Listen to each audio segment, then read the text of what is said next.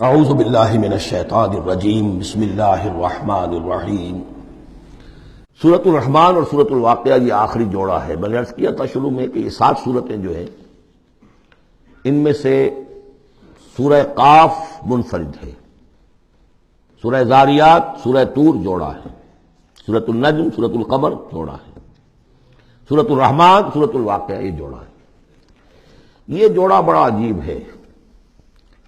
قرآن مجید کی یہ 2 صورتیں ایسی ہیں کہ نبوت، رسالت، وحی ان تینوں کے ذکر سے بالکل خالی ہے، ذکر ہی نہیں۔ ہر صورت کا اپنا ایک مزاج ہے، اپنی ایک خاص شان ہے اس میں۔ اور دوسرے یہ کہ سورہ رحمان جو ہے یہ واحد صورت ہے پورے قرآن میں جس میں مسلسل خطاب جنوں اور انسانوں سے متواتر ہو رہا ہے، پیرلل۔ ویسے تو یہ کہ یہ بات میں عرض کر چکا ہوں کہ جنوں میں کوئی نبی نہیں، ان میں روح نہیں ہے، روح آدم میں پھونکی گئی تھی، اور چونکہ ریسیپینٹ آف وحی از روح تو ان کے ہاں وحی نہیں ہے، لہذا وہ بھی جو انسانوں میں رسول آئے ہیں انہی کی ہدایت کے پیرو رہے۔ ان میں سے جو اچھے لوگ ہیں، جو نیک لوگ ہیں، وہ ایمان لائے، جس کی ایک مثال ہمارے سامنے آ بھی چکی ہے۔ وہ جنات تھے، حضرت موسیٰ پر ایمان رکھنے والے تھے، تورات کے ماننے والے تھے، اور ان کا گزر ہوا، قرآن انہوں نے سنا، وہ ایمان لے آئے، اور پھر جا کر وہ اپنی قوم میں تبلیغ شروع کر دی۔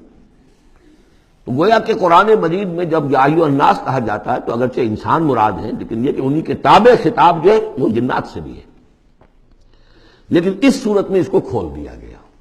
باقی یہ اسی پر قیاس کرتے ہوئے پورے قرآن کو سمجھیے کہ اس پورے قرآن کے مخاطب انسان بھی ہیں، جنات بھی ہیں، لیکن یہاں صرف یہ کہ اس کو ایک ایک قدم کے اوپر تسنیہ کا صیغہ، فَبِأَيِّ آلَاءِ رَبِّكُمَا تُكَذِّبَانِ فَبِأَيِّ آلَاءِ رَبِّكُمَا تُكَذِّبَانِ یا معاشر الجن والانس، اے انسانوں اور اے جنات کی جماعتوں، جو کھل کر جو ہے صراحت کے ساتھ جو ہے انسانوں کے ساتھ جنات کا ذکر اور ان سے خطاب، تو صرف اس ایک صورت میں پورے قرآن مجید میں۔ ایک اور بات یہ ہے کہ اس میں 2 جنتوں کا تذکرہ ہے، اور سورہ واقعہ میں بھی ایسا ہی ہے۔ ان دونوں میں ترتیب عجیب ہے مضامین کے اعتبار سے، جس کو کہ آپ مرر امیج کہتے ہیں۔ آج کل مکان بہت سے بنتے ہیں ایسے کہ بالکل مرر امیج ہوتے ہیں کہ یوں لا کے ملا دیے تو ایک جیسے ہوں گے۔ ڈرائنگ روم جڑے ہوئے ہیں، پھر کوئی بیڈ روم ہے وہ ادھر ہے، پھر ادھر آخر میں پورچ ہے، وہی نقشہ ادھر ہے، وہی نقشہ ادھر ہے، تو گویا کہ ہے مرر امیج۔ تو ان دونوں صورتوں میں مضامین جو ہے مرر امیج کے ساتھ ہے۔ سورہ رحمان میں قرآن مجید کی عظمت کا بیان اور اس کا جو حق ہے جو انسانوں کو ادا کرنا چاہیے اس کو مضمر کیا، اور عظمت قرآن کا بیان کیا۔ یہ شروع ہو رہی ہے صورت اس سے۔ سورہ واقعہ میں وہ آخر میں آئے گا قرآن کی عظمت کا بیان، اور جو لوگ کہ اس کا حق ادا نہیں کرتے ان کا انجام۔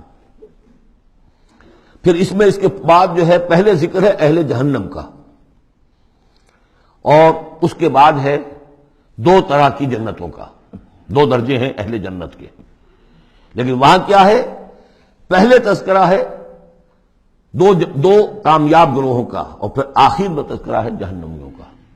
اس اعتبار سے اس میں مضامین کی بڑی گہری مناسبت بھی ہے، اور ایک مرر امیج کی ترتیب سے یہ عکسی ترتیب ان کے مضامین میں ہے۔ سورۃ الرحمن بسم اللہ الرحمن الرحیم، نوٹ کر لیجئے یہ ترجیحی جو آیت ہے اس میں 31 مرتبہ آئی ہے آیت۔ کل آیات 78 ہیں، جن میں سے 31 جو ہیں وہ تو در حقیقت فَبِأَيِّ آلَاءِ رَبِّكُمَا تُكَذِّبَانِ اس کی تکرار ہے۔ یہ اسلوب قرآن مجید میں یا تو سورہ شعراء میں آ چکا ہے، 8 بار وہ الفاظ آئے تھے، إِنَّ فِي ذَلِكَ لَآيَةً وَمَا كَانَ أَكْثَرُهُم مُؤْمِنِينَ وَإِنَّ رَبَّكَ لَهُوَ الْعَزِيزُ الرَّحِيمُ 8 مرتبہ۔ یا یہ القمر میں ہم 4 دفعہ پڑھ چکے ہیں، فَكَيْفَ كَانَ عَذَابِي وَنُذُرِ وَلَقَدْ يَسَّرْنَا الْقُرْآنَ لِلذِّكْرِ فَهَلْ مِن مُدَّكِرٍ۔ اور یہاں سورۃ الرحمن میں 31 بار آئے گا فَبِأَيِّ آلَاءِ رَبِّكُمَا تُكَذِّبَانِ۔ صدق اللہ العظیم۔